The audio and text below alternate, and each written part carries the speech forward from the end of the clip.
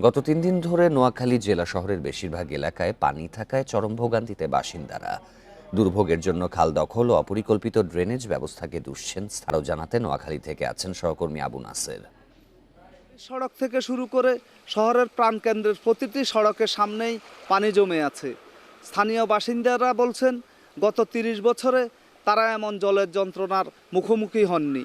স্থানীয় বাসিন্দাদের অভিযোগ হচ্ছে, দিনের পর দিন খাল দখল এবং অপরিকল্পিত ড্রেনেজ ব্যবস্থার কারণে তাদের এই দুর্ভোগ বেড়েই চলছে।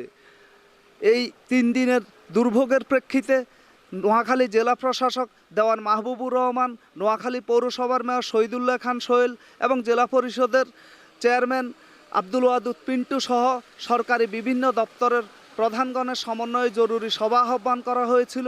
সেই সভায় খালের যেখানে যেখানে প্রতিবন্ধকতা তৈরি করা হয়েছে সেগুলো দূর করে দ্রুততার সাথে এই সংকটের সমাধানের সিদ্ধান্ত হয়েছিল।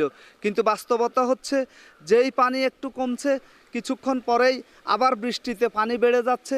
প্রতিনিয়ত এই পানি উঠে নামার খেলায় নোয়াখালী শহরবাসীর জলের যন্ত্রণা আসলে দূর হচ্ছে না। কবে নাগাদ এই যন্ত্রণা থেকে এই শহরবাসী মুক্তি পাবে তাও নিশ্চিত করে কেউ বলতে পারছেন না। তবে স্থানীয় বাসিন্দাদের দাবি, অনতি বিলম্বে দিনের পর দিন, বছরের পর বছর যেই প্রভাবশালী চক্র খাল দখল করে এবং ড্রেনে ভরাট করে এই যন্ত্রণা সৃষ্টি করেছে, তাদের বিরুদ্ধে কার্যকর পদক্ষেপ নেওয়ার দাবি জানিয়েছেন স্থানীয় বাসিন্দারা।